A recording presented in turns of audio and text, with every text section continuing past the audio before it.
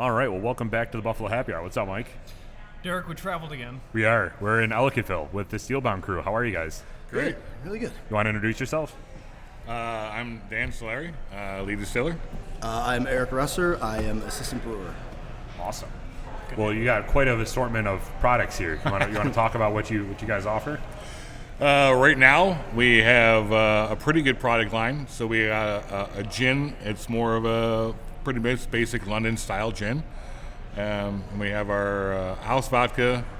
It's 4 times distilled house vodka, and we have a couple flavored vodkas that we use blueberry, lemon, and apple. So far, blueberry, which is our blue balls, is our biggest seller. We sell a lot of that wherever we go. Some people just like the name blue balls, Yep, so they can buy it, right? The name attracts people Yeah, to it. it really does. It's actually funny. We look at Harley Moonshine, and we went to a Harley event. We brought Harley Davidson Moonshine. It was a ladies' event, but we brought some Blue Balls Moonshine. Sold completely out of Blue Balls Moonshine. Sold like 2 bottles of the Harley Moonshine at a Harley event. But it was a ladies event. So, Yeah. And we have that the Harley Moonshine. Basically, that's just an unaged corn whiskey that the good folks that go on to Harley, and we got partnered up with them and with our 103.3 the bike night, the bike night we do there. And then we age that same corn whiskey on oak, and you get your our aged whiskey. Nice. And we do a couple of rums. We got a white rum, and we have a vanilla spiced rum as well. Okay. So with the aging process, and you guys are relatively new as well, how long is your whiskey being aged right now? Our whiskey right now is being aged about 6 months. Okay. We do it a little bit differently, aging in the barrel versus put the barrel in the whiskey. Oh, okay. Because we're not looking for an age statement, we're not making a bourbon, or we're not making a straight. If we take the barrel and take it apart and toast all 4 sides of each stave, it gives us more surface area. We can age more whiskey a little bit faster. Oh, interesting. Yep, and you get the same flavor, composition, and all that stuff. So yeah, Cool. Where do you get your barrels from? all over. We source them. Right now, I just actually found a new place. We're out of Kentucky, a place called Kentucky Bourbon Barrel. They Sounds have, legit. Yeah, they have their parent company is ISC, and they supply new barrels. And Kentucky Bourbon Barrel, they have used barrels, so we buy from both. It's actually really funny. ISC, I just started dealing with them, and they're an old school company in Kentucky. And I said, okay, so we got the order, and so my credit card, and they said, no, you just send us a check. Oh, really? In the mail. So we still send them a check in the mail. No kidding. That's crazy. Yeah. I love old school places like that. Yeah. So they're still, and they ship. They're one of the biggest barrel suppliers in all the world. Yeah. All over the world, and they still buy a check. Yeah, no shipping info. They just Yeah, they showed just show up. I was here yesterday. They're like, hey, I got this freight showed up. I'm like, I didn't order anything. And you guys are like, oh, there's some barrels in here. I was like, all right, they're here. Yeah. Wow. So, yeah, I was off. I took off early yesterday, and it was probably like 3:00, and I got a text picture from Erik, and I was like, hey, your barrels here. I'm like, that's awesome. I didn't know they were coming today, but great, they're here. Jeez. Excellent. Yeah. So you partnered with pretty much every big brand that you could in the Southern Tier. Try to. Yeah. And then and Fall Fest recently kicked off. And how was it turn out for you guys with Fall Fest? Fall Fest was Busy. Very. Restaurant gets really busy. Tap room gets really busy. Weather dependent on, bands or stuff. The Right. first day got really, really, really, really cold. Yeah. Right. Sunday was amazing weather, but Saturday here was mobbed. Friday it was freezing. So, we try to set up a tent outside and do stuff, but the tap room and the restaurant always are pretty big. And especially for being off the beaten path of where like major beer tent is and all that. Right. We get really good foot traffic. I think a lot of people want to get away from that a bit too. I see how it is when I drive in. I'm like, Oh, yeah. And this is on the major access road, too. yeah, I had And- to take the back roads in. Yeah, both right. days I came in because I was not going down the 2 And minutes. it's a good way to start the Fall Fest, too. I came this year, and I stopped here first because I was like, let's grab some whiskey so we can then deal with the people at Fall Fest a little bit easier. Well, we have the biggest parking lot in Elginville. So Oh, yeah. yeah. If you go downtown, it's great because you're in the center of everything, but there's no parking. Sure. You usually got to park and walk. I don't know if you guys noticed, but when you come in, we got a bus outside. Yep.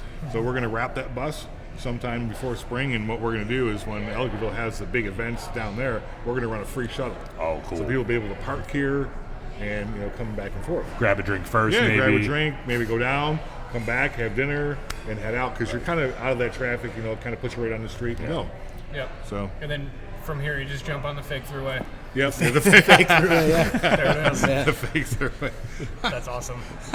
So you want to talk about the partnerships that you have specifically around the Harley Davidson partnership that you got? That was a great partnership for us. It still is. We're again partnered with Harley Davidson this year. 103.3 The Edge. They do a bike night, and they're also work with Gowanda Harley. Because of the fact that Gowanda Harley was one of the first dealerships, they have the exclusive rights to be able to use that logo. So when we partnered with them, that allowed us to put that logo on our whiskey bottle. Right. So that's pretty huge. As long as we have the the Gowanda with the Harley logo, and Yeah, they're one of the oldest independent Harley dealers in ever. yeah, Right. in the Like, country. so it's not just so like they a bunch of they roads. have a little bit of leeway with stuff. They still have to answer. Like when we were there, they talk about how much stuff you have to answer to Harley for, but their actual naming rights and their logo, Harley can't do a thing about it. Oh, okay. Yeah, they have exclusivity. If you put over the that. Harley logo on it, their Harley would be like, nah. Right. But they own that, and Harleys can't do a thing about That's sweet. Yeah, that's awesome. Actually, yeah, that's pretty cool. Yeah. So is that only sold here, or can people buy it in other locations? You can buy that at anywhere that has us, and if you have a liquor store that doesn't have us, tell them that you want us, and because we're with Empire, so they can get us. it. Empire did pick a bunch of it up. So it Yeah, was so out there. yeah, they have. Congrats. 36 cases of it. Yeah, they got like 30 cases of it. So That was fun to do. yeah, To fulfill. Yeah. All of it. So Yeah. basically, they took the vodka, the vanilla rum, the moonshine, the corn whiskey, the normal vodka, and blue balls on a pallet, 36 cases of each, plus 6 cases for sampling, and we had 5 days to do it. Oh my gosh. Yeah, Yeah. get working. And, oh, by the way, did we mention that was the week Of Fall Fest. of Fall Oh, Fest? perfect. Exactly. So we Yeah. finished up the Fall Fest on Sunday, and we had to prep the order for Friday. It's not.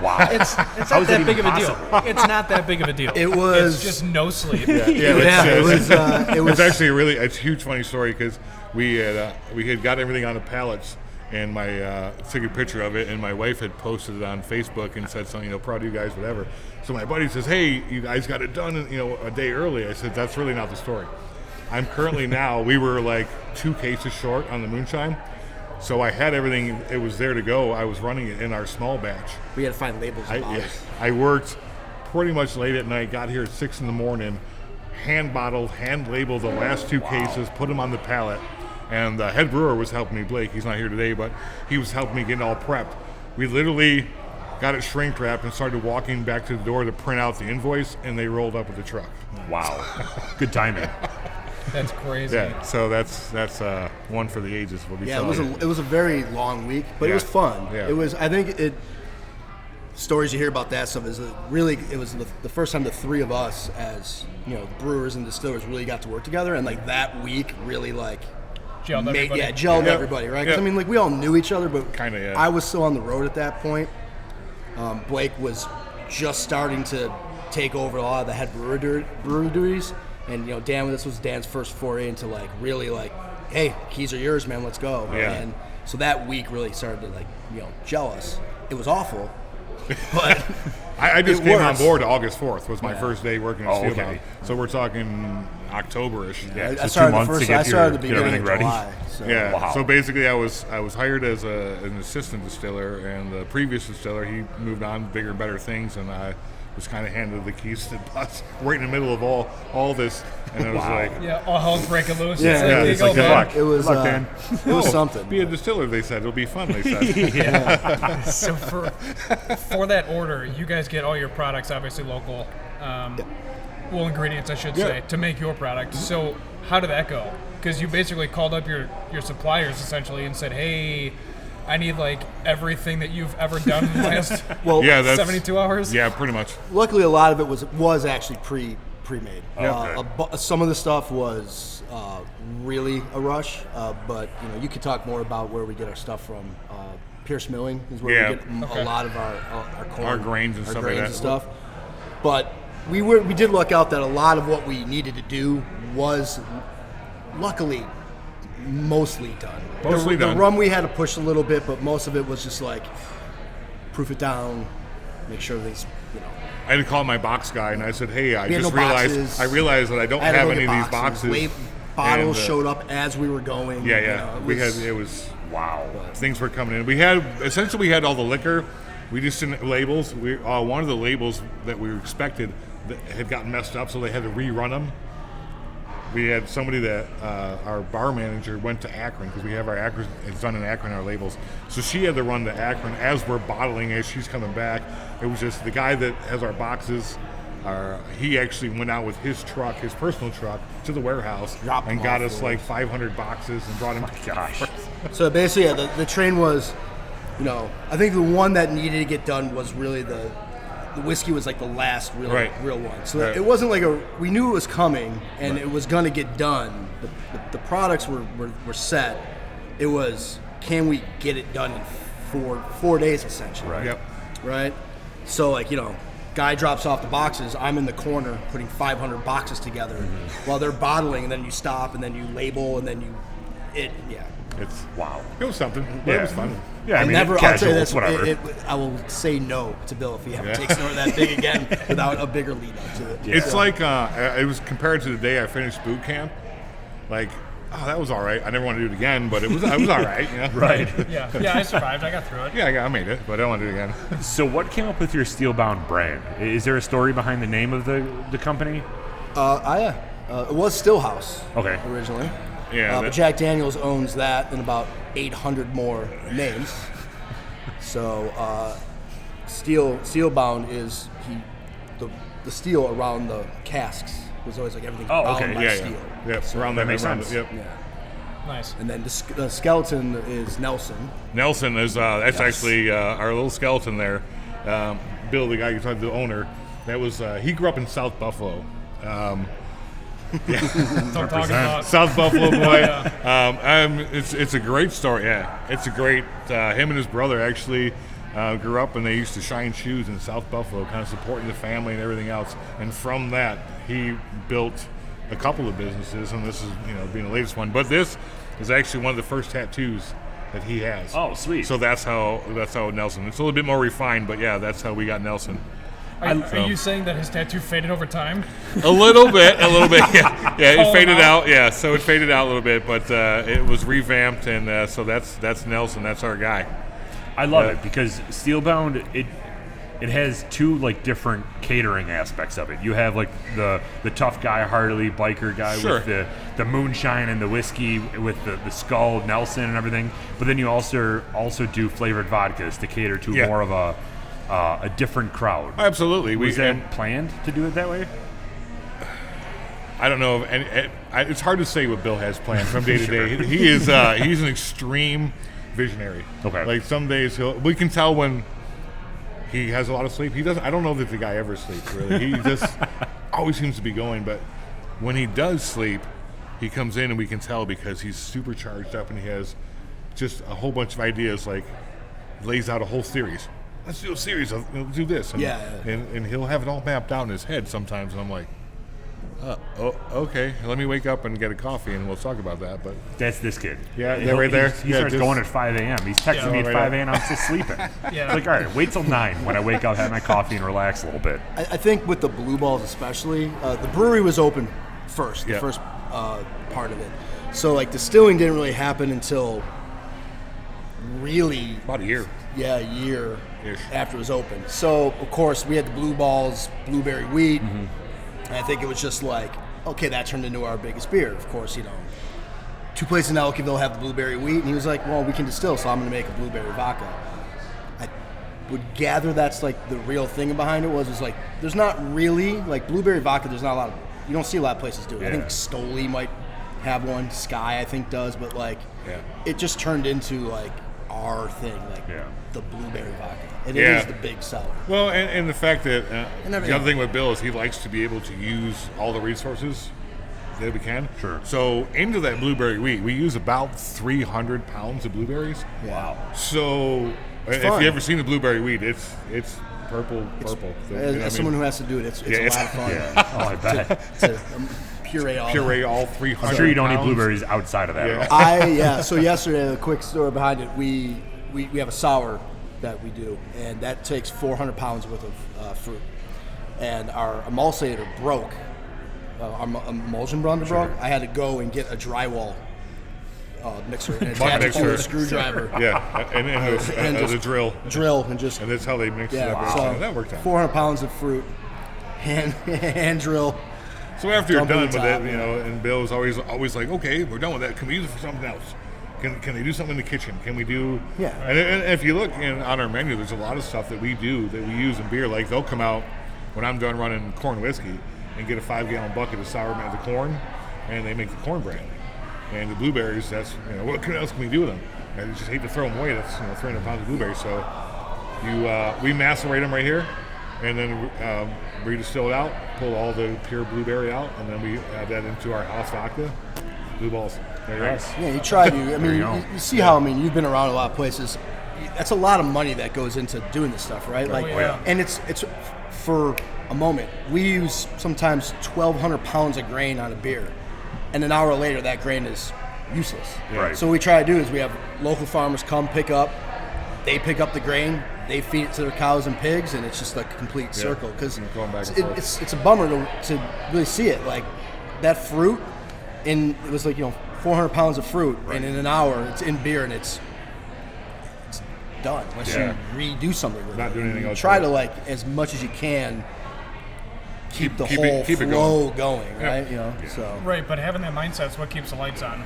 Yeah. Because it's, especially when you can tie it into other avenues that your business has, like you were saying with the kitchen, making cornbread and stuff. It's nice because we're in the southern tier, right? So everyone in the southern tier, similar to South Buffalo, is super into the community. Yeah. So if they're putting their money into something, they want to know, hey, it's from the boys up the road. We're supporting them, and we're just reusing the same products to just keep eating, keep drinking, and that's pretty much all we care about in Buffalo anyways, other than snowmobiling and hunting. Yeah. Right? So we might as well just keep it flowing. Yeah. Absolutely. That's great, too, because, we get all our grains and corn locally from Pierce Milling, and then, our grain goes back to our Farmer Joe, we call him, or the Hannons, and Pat is one of the bartenders here since summer. All that grain's going back into their cows and their pigs. Nice. So it's just kind of... At some point, I think Bill's had another visionary. He wants to separate one of the beef cows and have all the grains that we feed them, and have that butchered, and then have it on the menu. Oh, okay. So we're gonna really go full circle. Bring the glass back to the fryer. You know what I mean? That's awesome. Yeah, it's really cool. So, can you talk a little bit more about the brewery? And are there any laws restricting or that were difficult for you to have a brewery and a distillery in the same venue? They're gone now, right? Yeah. You have to have a wallop. I don't even think you need a wallop anymore, do you? Well, they didn't really know. This was the very first one in New York State. Right, yeah. So New York State didn't even know how to deal with us. Sure. That makes sense. They really didn't. Right? Yeah. So they have all these laws, and then you got people that have to interpret them, and they were like, well, we think you should have a wall. Well, does it have to be a full wall? No, I don't think it has to be a full wall. Okay, so we build a half wall. And now we don't even know that we have to have a wall. Gotcha. It's nice to have it every now and again, but... Yeah, you can jump over it. I mean, it's still technically a separate entity, right? Sure. Each one are licensed separately, He has to have everything in bond in the back, where beer's beer. It is not even close to the same realm of difficulty. I want to brew a beer, I just brew a beer. Right. He wants to make anything with flavor in it, it's a recipe, and then it's 7 to 11 days, and then they can go, but what kind of blah, this? blah, blah. I need to see, a sheet. So liquor's taxed more, liquor's harder to do, beer's just like... if we decided we wanted Purple Rain, we were doing a different, thinking about doing a sour, and we just thought about Purple Rain. So he swings around his laptop, goes to New York State we get the name. We reserve that name. That's ours for a year. It's good. We make the beer. It's excellent. We can put it out next month. If I come out with an idea for a liquor, I first have to go to the TTB and say, this is what I want to make. Here's the recipe. And they'll give it back to me. Maybe they'll approve it, maybe they won't. Then we have to submit the label. And maybe they'll approve it, maybe they won't. They'll make changes, and then it has to go through all that process. Then price post it, and then it has to be brand approved by New York State. So you can't brand approve it until the recipe is approved, then the label's approved, then you brand register, and then you price post it, and then a month after you price post it, you can legally sell it. Yeah, there's so many freedoms, bro. Yeah. So like I changed, so like the Purple Rain, we're talking about Purple Rain. We have the sour, we're canning it next week. We changed the fruit profile in it to try to make it a little darker, a little more tart. He can never do that. Yeah. Never do that. Yeah. I just went, I want to add 100 pounds of blackberry. Cool. Wow. Yeah. Not for me so much. Yeah, So you I- didn't have to actually put in like, now there's blackberry in it. Is it extract? Is it, all this?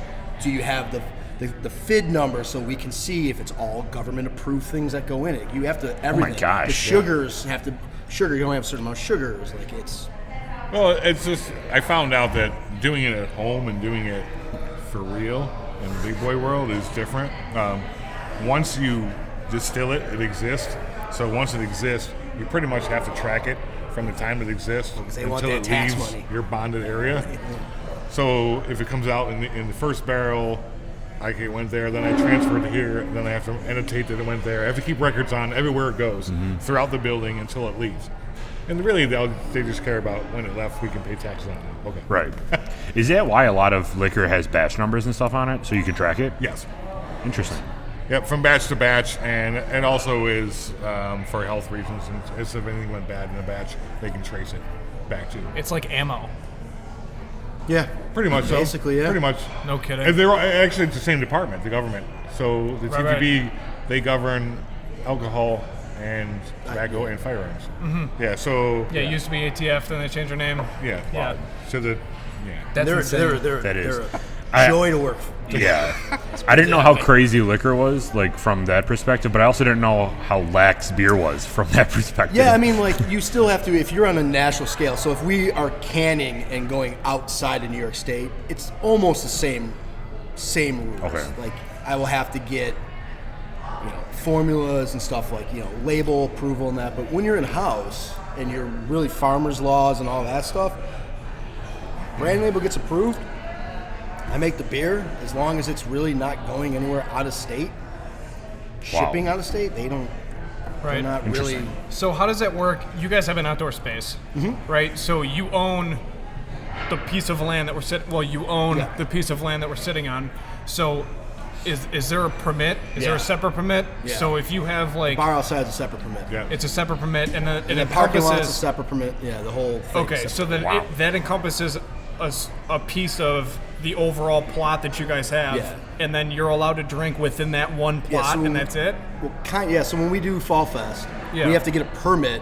I had to go down to the town and put it in, and then go to New York State. And basically, you should rope off, Okay. and that The roped drinking off area? Yeah, the is drinking the area, drinking area. Yeah. Okay. So when you see it, our area this year was the tent, and if you came here and saw when the tent was up, we had caution tape around it, because technically that's the only area outside that you can drink. Same thing when we do the Harley events, the Yep. bike nights. Yeah. It's technically the whole parking lot is like The area. the area. Yeah. Which is like weird because there's They're cheap there's a permits. license. Like they're really not that hard to get. Right. In fairness to them, but It's just like, a loophole. There's Yeah, permits. it really is. Well, it's not a loophole. It's another obstacle that you have to knock off. Yeah.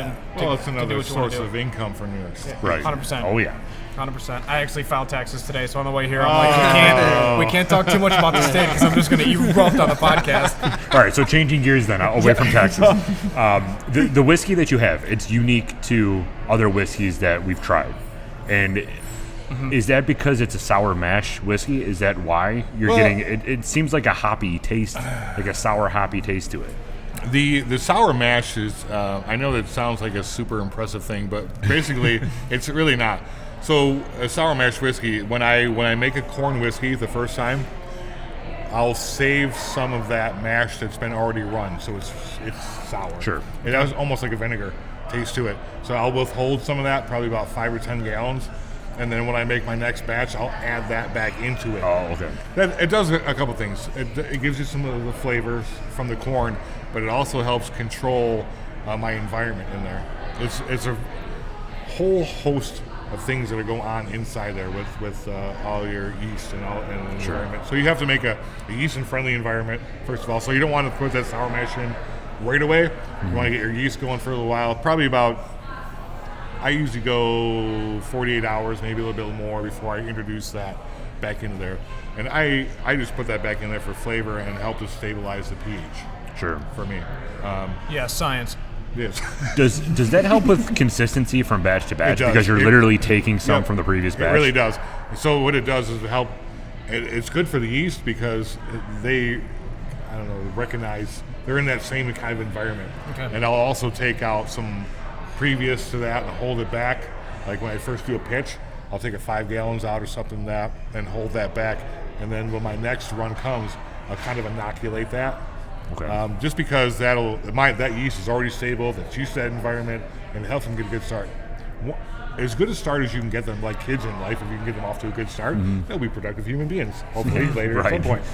Hopefully. Hopefully. Same with yeast. If you get them a good start and get them in a good environment, they'll make good liquor for you. So we want to make them happy. Okay. That's Interesting. awesome. Yeah, that's really cool. And then when we were talking to Bill, and he alluded to the fact that you had this new line coming out. Do you want to talk about that a little bit? Sure. We can talk about it a little bit. So we have only what you can talk about. Well, only what I can talk about. A lot of it's still going on in Bill's head. But so we physically can't talk about it. So we have our Steel series, which is like our kind of our introductory stuff, which is your basic vodka, your flavored vodkas and stuff like that.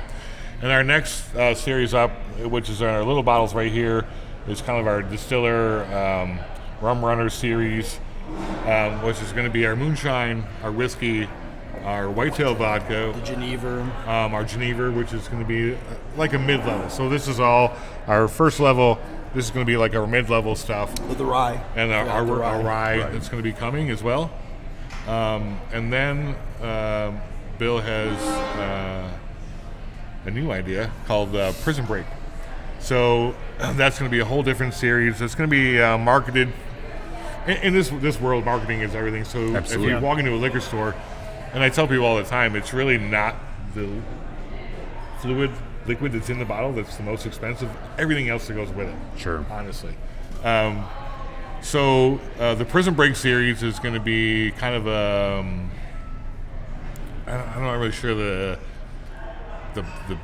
base market, but I'm guessing more towards big cities, inner cities kind of stuff. Prison Break is a term that they use inner city or bulletproof and Prison Break, both to describe like if you ever go to the convenience store and you have to reach under the glass, so it's bulletproof and Prison Break. But we're going to be doing that, and that's going to be like a mid series as well. And then after that, our Bulletproof series, which is going to be our upper, our real exclusive vodka. So with our, going back to the Prison Break, we're going to release our equivalent to tequila. Because we're in America, we can't really call it tequila. It has to be a product of Mexico. So it'll be a distilled spirit specialty. It'll be 100% blue agave. So it'll be everything that they do there. The laws that govern it. Don't let us call it tequila. Mm-hmm. So, but that'll be our first in the series, and then we're going to do, I think, a grape brandy, and I think that's going to be called hooch. Actually. So kind of anything that's related to like a prison breaking out. Actually, tequila, I think, is going to be his idea. Is going to be something about our guy Nelson on the label tunneling under the wall in Mexico, stealing some blue agave and coming out and doing it in America. So stuff like that, and breaking the chains or whatever, right? And setting that up. That's sweet. Yeah. So for 100% agave, is that an ingredient? Agave is an ingredient? Agave is the plant. It's actually a succulent, and the only reason I know that is because my wife is a master gardener. Nice. So I always thought it was like some kind of a cactus, but she tells me it's a succulent. And these things typically grow 3 to 4 years, but they have the growers out there trim them so they don't actually bud to keep them growing longer than they should. Oh. So 5 to 7 years. And the big centerpiece is called a pina, and it's anywhere from 30 to 50 pounds. Wow. And they take this big thing and chop it all down like a big heart, like an artichoke almost, crush it all out, and that's where the blue agave juice comes through, and we buy it as a syrup, so it's basically concentrated down. Oh, okay. And we just bring it in as a syrup. So it's just 100% blue agave syrup, and we just distill it out. That's sweet. Yeah, I had no idea that it was a plant. The only time I heard of agave was when it was a restaurant that got shut down by the feds. Oh yeah. So you just blew my mind. That's And we hilarious. can't call it, of course, we can't call it tequila. Right. Like, Right. It is absolutely like. And you can't call it agave either, because then they'll just show up and look for Well, you illegal can. aliens over here. Well, we're going to try to We're call gonna it try. agave. Okay. Because We'll of see. the fact that they're really big. The TTB sometimes is really big on plant genus names and stuff like Okay. that. So they tell us, oh, we should try to use that whatever we can. So I'm going to use their own words against them. So when I submit my label, I'm going to try to. The genus name is technically Tequila agave, so that's what I'm going to try to do on my label. Oh, okay. We'll see how that goes. So everybody listening, if you see it, They'll Yeah. probably, Yeah, the first they'll probably give like a page of mumbo jumbo about Yeah. why we can't use it. yeah, Which is it's probably going to end up normally being happens. something crazy, but Right. we'll see. So do you guys have a legal team that kind of works on that, or is that literally part of your job as a head distiller? You're looking at You're it. looking at the legal team, right? I mean, I learned a lot about it, especially. I mean, you always learn on it. It's Right. It's, We learn every day here. they are helpful. They really can be. It's just hard to get a hold of someone. Yes. Right. So Okay.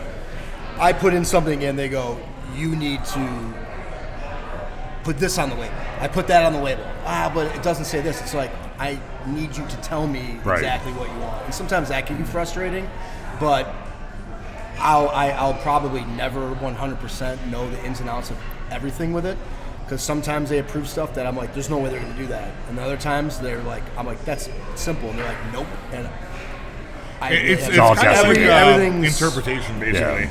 I've actually worked with OSHA people and stuff before, and I've had one guy come in and say, well, this should be done this way, and another guy said, well, no, this has got to be this. And it's the same regulation. It's just how individual interpretation. It depends on whose desk it comes across from day to day. And you hear that throughout the industry. I mean, we have some friends of ours over at Black Button. Yeah, Not Black Button. Black, Buffalo Distillery. Buffalo Distillery also, but Black Button was in, as you mentioned them, and they had, and I can't remember what it was. It was something that they had on one of their labels, and they had put it on there, and it got approved, and they tried it the exact same thing the next time, and they were like, no, you can't do that. Like, what do you mean? It's on this one right here. Like, nah, I can't do that. So it kind of depends on whose desk it comes across and how their interpretation of the federal standard is. Sure. Gotcha. And it really, if you read it, you can interpret Yeah, a you lot never of know. things many different ways. So even though you're in the Ellicott area, you deal a lot with Buffalo area distilleries and liquor stores and all that stuff, right? Yep. Are you in most major liquor stores, and are you in bars in the Buffalo area too? We are in a few bars as far as our liquor. I know our beer is a little bit more out there than our liquor is. We just really went into distribution in October with Empire, so it's a process. You know, we're slowly getting out there more. We're in a couple more liquor stores locally. Premier, I think. I don't know if we're in Premier yet, but we're Global. We're I know yeah, Globals Global, are so- independents, like, so it's not the same person, but Global has it in this area. Like Cheap Charlie's will have it. Downtown, Great Arrow, I know has it. Are you guys out of state too, or just New York Just State New York right State. now? Yeah, just right Just now New York we're in New York State. So anybody that doesn't have our stuff, if you have a favorite liquor store, you can just go down there and say, hey man, they're with Empire. It's in the catalog. We Okay. want to get some of that. Some So of it's that as Blue easy Balls. as that, just to go to a liquor store and ask? Yeah, For the most part? usually. Okay. Well, if your liquor store cares about you, then they will. You know, Yeah. If you're a regular customer. We're regulars now. Yeah, so if you're a regular customer, say, hey, I want some of this, you know. And they know that Empire, it's in the catalog, so they can get it. Cool. I Or, didn't know that you either. know, Yeah. or if they're in Springville or Ellicottville, they can come down here. Right. And we'll be there'll be other places we can't quite talk about yet, but soon. We'll, Yeah. keep an eye on the Buffalo Expanding, news. Yeah. Okay. Interesting. There'll be big news coming. Yeah. Cool. Well, We'll that's be back. exciting. We can talk about it. Yeah. Yeah, for sure. Good deal. So this is also like an extensive restaurant as well.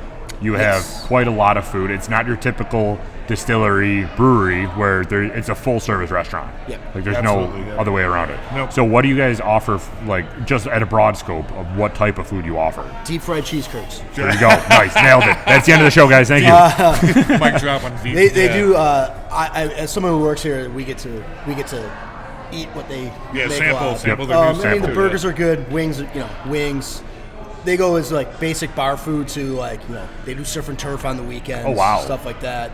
But your basic They burgers, do fries. like pizza logs, but they do homemade. They make them. They roll them and Pizzas are everything. The good. pizza logs they have here. the pizza oven, so if you like Yep. pizzas, they'd have the They have the pizza brick pizza oven. Okay, Oven. cool. Okay, so you have a brick pizza oven. So you have pizza logs, burgers, wings, salads, Surf and wraps, turf. Yep. surf and turf. Yep. Yeah. Burgers, fries. Everything. Fries. So it's Yeah, basically fish like a fries on restaurant. Friday, Saturday. Sliced salmon, steak, whatever. So the only reason Tim Hortons is open across the street is because of coffee. Coffee, Yes. pretty much. Yeah. Okay, Yeah. got it. Perfect. Interesting. Yep. And the breakfast sandwich. We don't have a breakfast sandwich. Ooh, but he did make me one yesterday. Though. You left though. You were gone. He made one for Courtney. Yeah. And Garrett, the head chef here, made the fried egg, cheese, and bacon on a croissant for me. Oh, yeah. I was a little under the weather yesterday, so it was really Nice. good. So. Nice.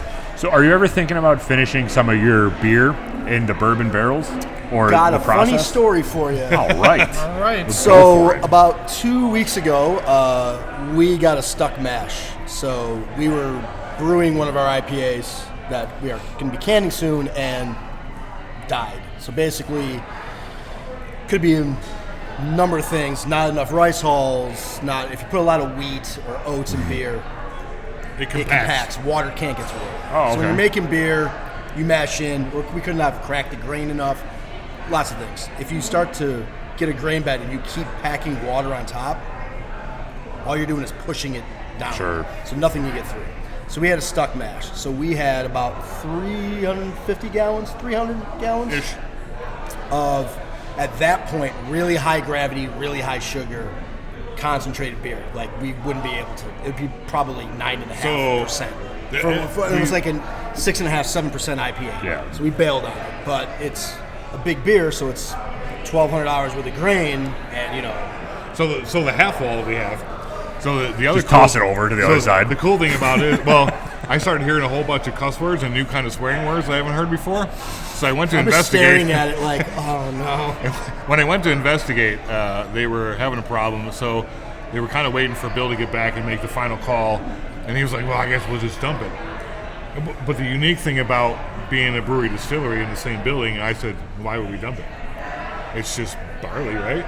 Yeah, the beer was shot. We The beer was- we have a tote out back, big 300-gallon plastic tote. Let's drag it in. We washed it out. We got a different pump, pulled it out of the top half, pumped into that, and then I just threw some yeast in there, and it ran out, and I distilled it out. So it's a malt whiskey. Wow. So what was going to be an IPA is now turned into a malt whiskey, and then I ordered some barrels for that, so that's going to go in there. And I ordered some other used tequila barrels we can get. So what happens is one of this company buys used barrels from all over. So they buy used tequila barrels, bourbon barrels, rye barrels, whatever. And there's a secondary market for that. So I bought a couple of tequila barrels, and we're gonna actually kind of throw some beer in there. Oh, cool. We have a sour that we're working on, and should be hopefully out by the March. Basically, we want to make a tequila sour. So lime, Himalayan. We're going to use Himalayan sea salt, and some sort of orange for what the Cointreau triple sec will do. Sure, So yeah. we're just going to make basically a tequila sour, or a beer version of it. The goal eventually is this is like the test batch we're doing, is to actually finish it in tequila barrels, Okay. staves, and then just basically Yeah. give it a month in that, and that way you won't even have to. You could just draw out the flavors. Right. Pull it right out of Tequila, there. tequila sour, basically. Sweet. Yeah. That's We cool. want to do more of that stuff. That's like a big thing. Is I would like to do once we get our bourbon barrels. It's a while off, but 2 years. age. 2 years. But you can age nice stouts in bourbon barrels Right. and get really nice flavors out of them. Do a really nice Yeah. pastry stout aged in bourbon barrel. That's Sure can. Like the cream pie that we came out with.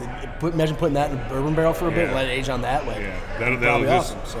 So. And with the new things that are going on, and this industry is forever changing. I mean, now with we're on the precipice of legalization for marijuana in New York State. But along with that opens up a whole. I mean, you'll never be able to mix the two things into a liquor. TTP's already said, weed and liquor will never be together.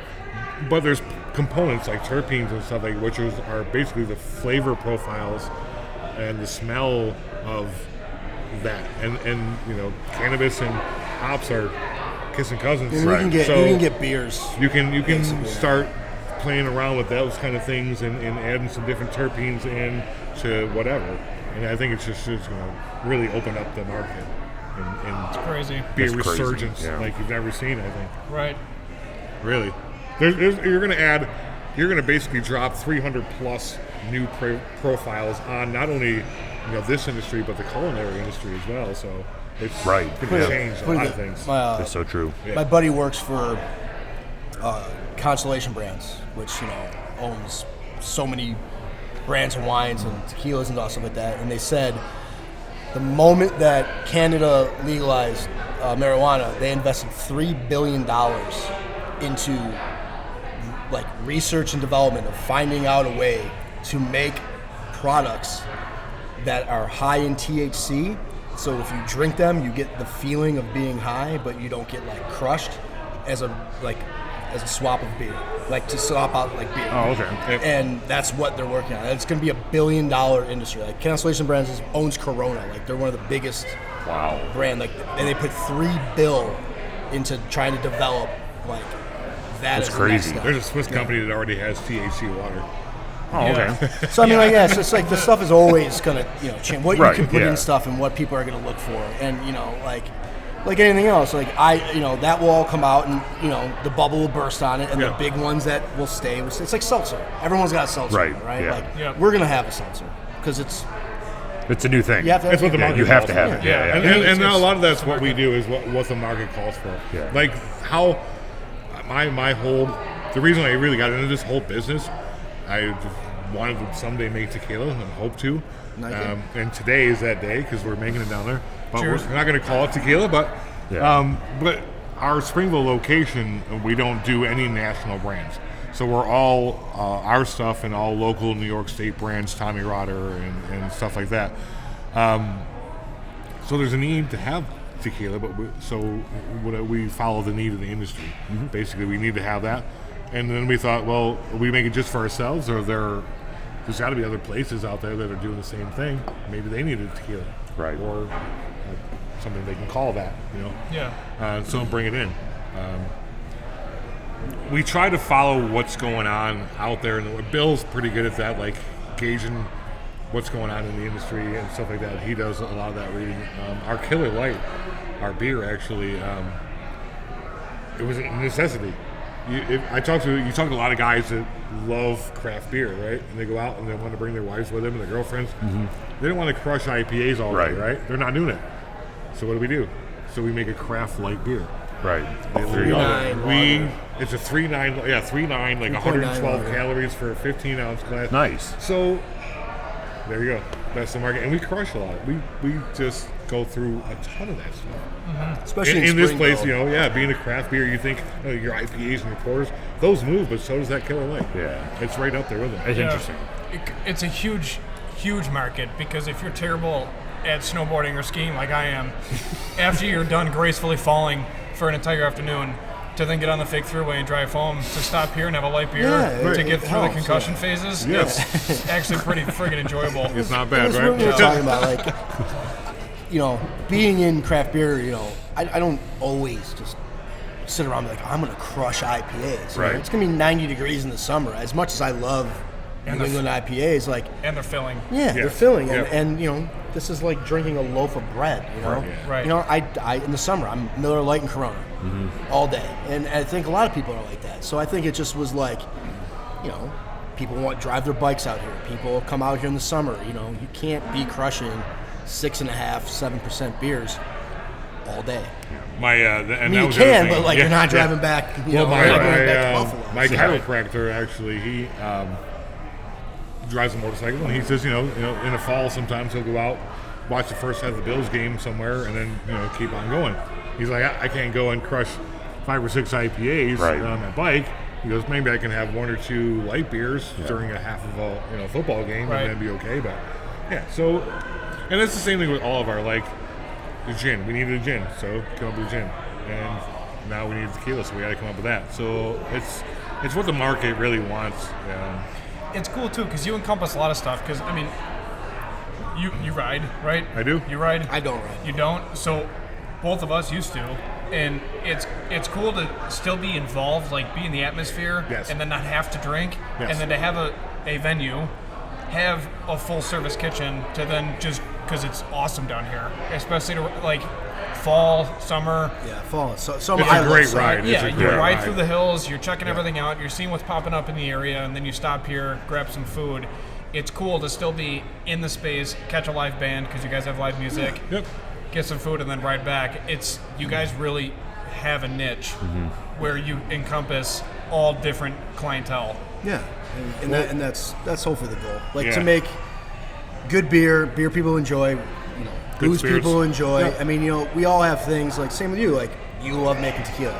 I love making IPAs, but you can't just make tequila and IPAs. Two things, right? Yeah. So like as long as you can be consistent and do a good job with all that stuff, I think that's really all that I could ask for. I mean, when I first started doing this at home in my garage, people were like, "What, you like to drink a lot?" I'm like, well, I do, but I'm not that much.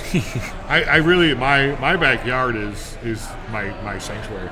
So, and my lovely wife, she does. If you look at my backyard, you'd swear it was a Better Home and Garden layout. She does a fantastic job, and it's just a great place to chill.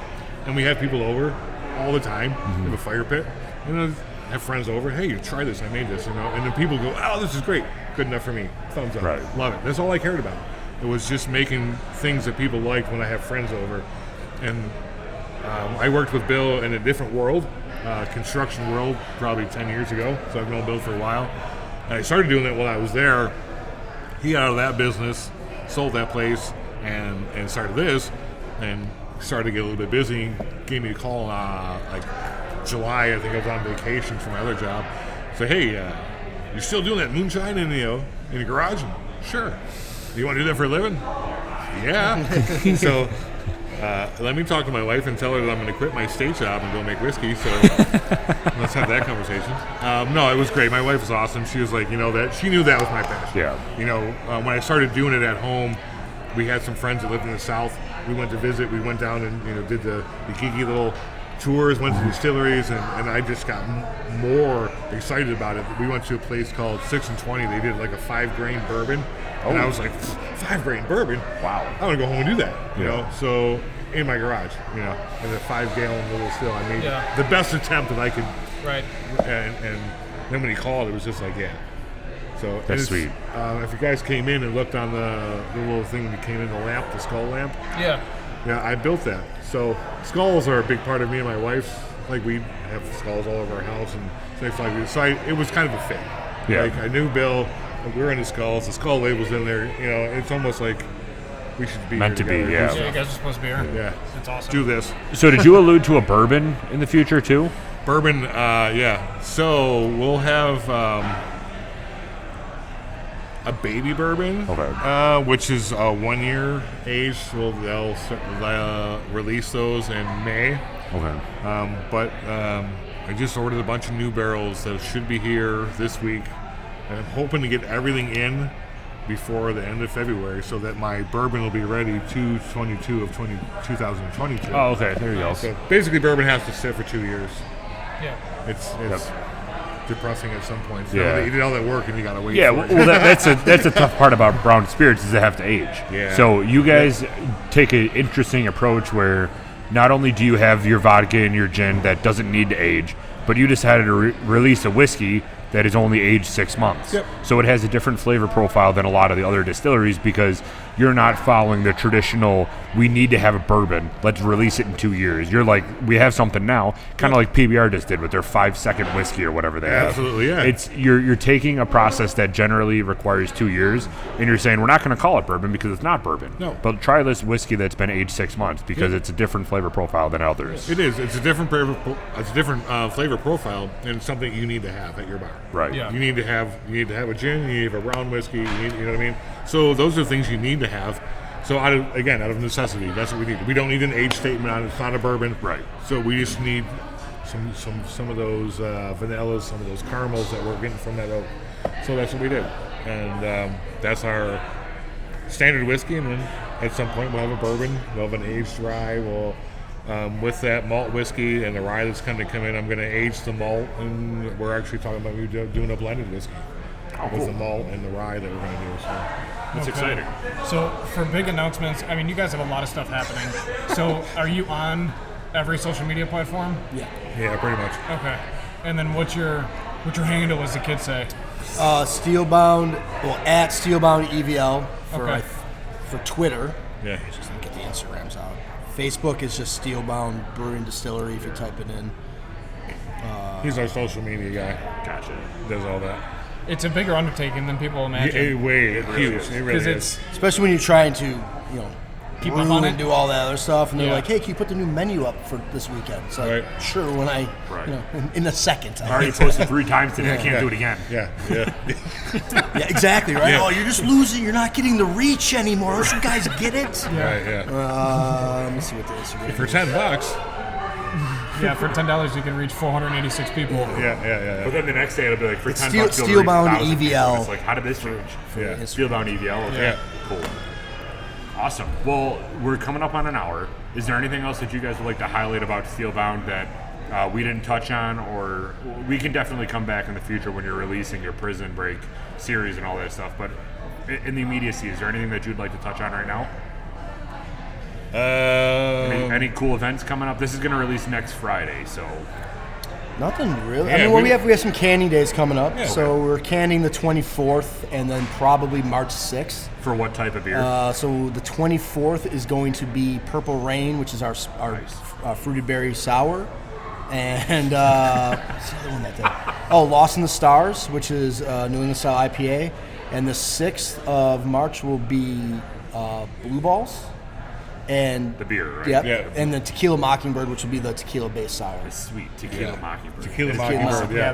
that's a nice name. What But I have a sweet question for you. name. What is your favorite, since you've been drinking some booze, what's your favorite bourbons? Local bourbon? Or just Yeah. in general, or Yeah. local, or Sure. in general. So too. I'm a big Scotch guy. Okay. I love Ooh, Scotch. okay. And I just tried Japanese whiskey for the first time the other night. Some of Japanese that's good. whiskey is incredible. Yeah. Really? But yeah, so Scotch is my favorite type of Scotch. Is if I'm going like fruity and like more florally, then it's Glenlivet 12. But if I'm going like harsh, I love my Lefroy 10 and Lagavulin and stuff. But if we're talking about local whiskeys, right now my favorite local whiskey is Hartman's. They're a brand new distillery that opened up in Buffalo. Okay. But like I haven't drank too much Steelbound yet, so like I'm excited to. What we do is we take, so for our listeners and for you guys too, we go and visit a distillery and we do an interview with them, and then when we go home, Mike and I will record our own episode with a bottle of the bourbon, and then we'll rate it. We have a rating scale, and then that'll be like the entire week. So we'll do a clip from the episode on a Wednesday. This interview will release on a Friday, and then Mike and our episode will release that following Monday where we rate the whiskey. So once that comes out, we'll see how that compares to the others that we've done so far. But it's really interesting, your whiskey, because it's so different than everything that we've tried. Yeah, it is. Southern Tier does a 2 times hops, which is, it's not similar to this because this isn't a hoppy beer, but it has similar notes, like the flavor profile with the sour and everything like that. Yeah. So that'll be more in comparison with that than like a traditional bourbon that we've done or a rye whiskey. But it's very good. I mean, this whiskey is extremely unique, and it definitely helps that aspect of it because it's so different and so good still. Well, I use the American oak, but I also use a little bit of French oak in the aging process. So That's key. There's French.